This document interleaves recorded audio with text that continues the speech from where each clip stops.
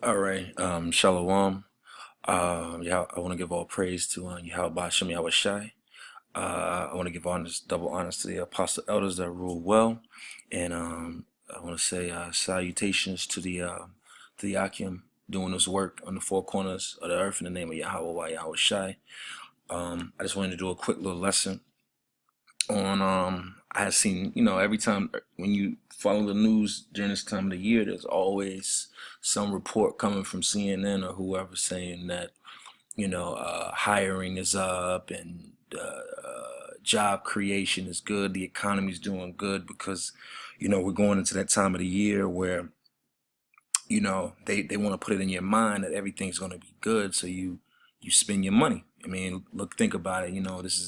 This wicked world's holy days is coming around the corner, from Christmas, New Year's, Thanksgiving, Halloween, and so on and so forth. So they want to put that vibration out there that it's okay if you spend a couple $100. It's okay to take that vacation. It's okay to travel. Whatever you got to do, whatever you want to do, you'll be okay. The economy's growing. And and the thing is that you people out here, especially dealing with you Negroes, Latinos, and Native Americans, you really believe it. Like, you here it is. You live in a place where you can barely pay your bills on time, if you pay them at all. You living with roommates. You probably living back home with your parents. You work a bullshit job, but you still have faith in this place. And it's pathetic. And matter of fact, before I get started with the article that you see on the screen, I'm gonna go to the scripture. I'm gonna go back to it, but I just want to go to a point in it. This is Isaiah 30 and 12, and it says, "Therefore thus saith the Lord, the Holy One of Israel, because ye despise this word, and trust in oppression and perverseness, and say therein, therefore this iniquity shall be unto you as a breach ready to fall, swelling out in a high wall, whose breaking cometh suddenly at an instant." And that's what it is. You simple ass niggas out here, you trust in oppression.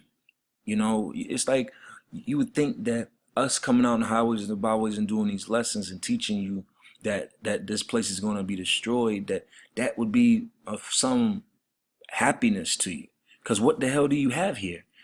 What the hell do you have here? What you waiting for? What, that great job to break through? You waiting for your food stamps to, and the money to increase on it. What are you waiting? What do you want? What do you have here? You don't have no land. You don't have no real businesses. Even if you niggas do have some type of business, so what, man? You niggas don't own. You niggas don't own fucking Apple or Verizon or Walmart, even though that ain't shit. But the point of it is that you niggas be happy with a goddamn barbershop or a salon or a goddamn chicken wing spot, and thinking you doing something, man. So you know what the Lord said? It shall be to you as a breach ready to fall, and it's like a dam. It's like a dam with holes in it. And that's what you guys are gonna experience in this place. Because when this place collapses and collapses, that you're gonna collapse. You're gonna collapse with it, and you're gonna feel the pain of this place. So all the stuff that you believe in, all your 401ks, your pension plans, your retirements, your bank accounts, whatever it is that you think that you have, that you niggas think that you're gonna hold on to into the next 20, 30, 40 years, is gonna collapse right in your face. And it's good for you, man. And I can't wait, man, because I hate you proud niggas, man. I hate you niggas out here that think that you got it going on when you ain't got shit, man. You just another slave like the rest of us. So I found this article that I want to get into, just to show you niggas out here that it ain't good, man. There's nothing good about this place, man. There's nothing. So it's on zerohedge.com, which is a good website for the brothers out there, just to check out. And this article came out around what is that? What was that? May of this year. It says in its title, almost half of the U.S. states are officially broke, man. It's almost half. So You got these states that are connected to the United States of America, which creates what you see. You have, because most of you niggas are so simple out here that you don't know that there's a state government and a federal, and the states are connected to the federal government, and your federal government is broke too. That's why when you go on the U.S. debt clock, it's showing you that America is pushing a $18 trillion, if not over. It's over $18 trillion in debt. So here it is. The federal government is broke. The states is broke. You people are broke. How could you ever be rich in a poor setup like this, man? I got another scripture I want to get into before I get into this article, just to set the momentum with this. This is James 5:1. Go to now, ye rich men, weep and howl for your miseries that shall come upon you. And that's how much starting with Esau, man. Because you elite, you bankers, you're living it up, man. You living it up. You have more riches than you will ever be able to spend. So go now and howl, man, because when that time come and this place collapse, your ass is going straight into slavery. All right. Verse 2. Your riches are corrupted and your garments are moth-eaten. Because you know what? You didn't gain your riches by just doing the right thing and being fair. And you didn't earn it, man. You gain your riches by basically enslaving the 12 tribes of Israel and not paying them anything. You had hundreds of years of basically taking full advantage of a nation of people to build up your nation, and you ain't give us not one part of our riches, that not part of our payment that is due to us. But we don't want it, man. I don't want a fucking 40 acres and a mule, man. You know, I want you crackers as my slaves, man.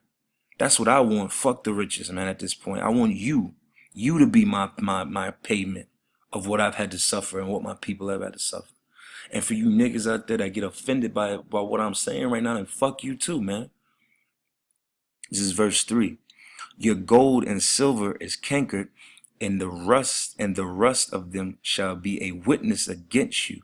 And that's what we're witnessing. We're witnessing basically the riches that these crackers have gained over their times as in rulership. It's decayed. It went from them being rich and having it to now they're trillions and trillions and quadrillions in debt. As it says in Habakkuk, you're laden in thick clay, and shall eat your flesh as it were fire, and ye have heaped treasures together for the last days. Because you know what, you've heaped all these riches together just for us to take it from you. As I think it says in Joel, you know, you heap unto you. No, that's matter of fact, I'll get that real quick. Give me 1 second. It's in the book of Job. I'm gonna get it real quick. Just bear with me.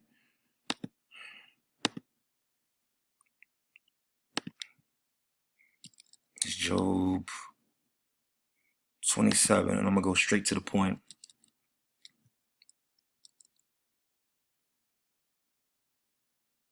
This is Job 27:16. And though he heap up silver as the dust and prepare raiment as the clay, he may prepare it, but the just shall put it, and the innocent shall divide the silver. And that's talking about the nation of Israel, starting with Yahweh Shai down to the elect. It's like you've heaped all these riches and these valuable assets unto yourself, but it was all for us. You did work for us, not even knowing you was doing it for us, man. So thank you, you stupid fucks. So I'm gonna go back to, I think I was back in James 5, and it says, behold, the hire of the laborers who have reaped down the field, that's talking about us, the nation of Israel, which is of you kept back by fraud, crieth, and the cries of them have reaped, the cries of which have reaped are entered into the ears of the Lord of Sabaoth. So the Lord hears our anguish and our cries, starting mainly going back into Ezekiel 9:4. You know, us that sign cry in this place, man, with the brothers and the brothers and sisters in this truth. the elect, man, because we the ones that know that this is not how we supposed to be living. We the ones stuck in this hell, and we know we're in hell. But you niggas out here that love this place, you gonna die with this cracker too, man. Because we hate it, man. The fact that we gotta get up and go to a job, we gotta get up at the ass crack of dawn to go work a job for pennies, and then get paid every 2 weeks just to give you back the money that we was given to pay fucking car notes, insurance, light bills, water bills, cable bill, food, whatever bills you can tag onto us just to keep us in poverty. All right. Verse 5. And ye have lived in pleasure on the earth, being wanton, ye have nourished your hearts as in a day of slaughter. Ye have condemned and killed the just, and doth not resist you. You see, so you white people, starting with you elite, you live in pleasure. You the ones that get to travel the earth by frauding everybody. And you know what? You white people are such a devil that you fraud your own. You fraud other Edomites. So to hell with you people, man. So I'm gonna get into this article. Like I said, it's titled "Almost Half of the U.S. States Are Officially Broke." And I'm not going to read the whole thing. I'm just going to jump around to get just to get some main points out. It says last month we documented in the case of Louisiana State University, the large, well-known public institution whose 2014 enrollment totaled nearly 31,000 students. And I'm just going to basically summarize. Like I said, you can read this part. Basically, the state of Louisiana is impoverished because, for one, what a lot of you people don't understand is that America has not recovered from the so-called recession in 2008. So a lot of that debt that was then is still there, and the tax revenue that these states was making has not came back either. So a state like Louisiana, which a lot of its money comes from oil, they aren't getting those profits that they once were. So now they're having to do cuts, like it's saying right here. They're going to have to basically, because LSU is Louisiana State University, so it's a publicly funded college, and it's facing funding cuts as much as 82%. So what does that mean? That means that funding that the state was giving to that university now is going to what? It's going to have to go on to the students. So therefore, what happens? The students are going to have to pay more in tuition and funding. Now, the teachers, the professors, they're going to have to take pay cuts or no pay raises. The workers there, maybe they get cut hours. So overall, this is a trend that's going to affect that's going to have a major effect, because if you know anything, if you like myself that's been to college, in a lot of these states, these who the fuck cares states around the country where all they have is their university, these universities are what keep a lot of these states, these cities alive, and these states alive. You got to think 31,000 students paying roughly, let's say, okay, I'm gonna do it on my phone real quick, the math. Let's say you got 31,000 students every year paying at a minimum $20,000 a year, and that's cheap. That's about $620,000 a year in money coming into that school. And I said that's on the cheap end. So you imagine now all of a sudden kids aren't starting to go to college. Now they got to do certain cutbacks and stuff at these universities, and you're gonna see this trend happen more and more from your LSU's, your Georgia, your Alabamas, your any. I mean, and you name it, it's gonna start occurring, man.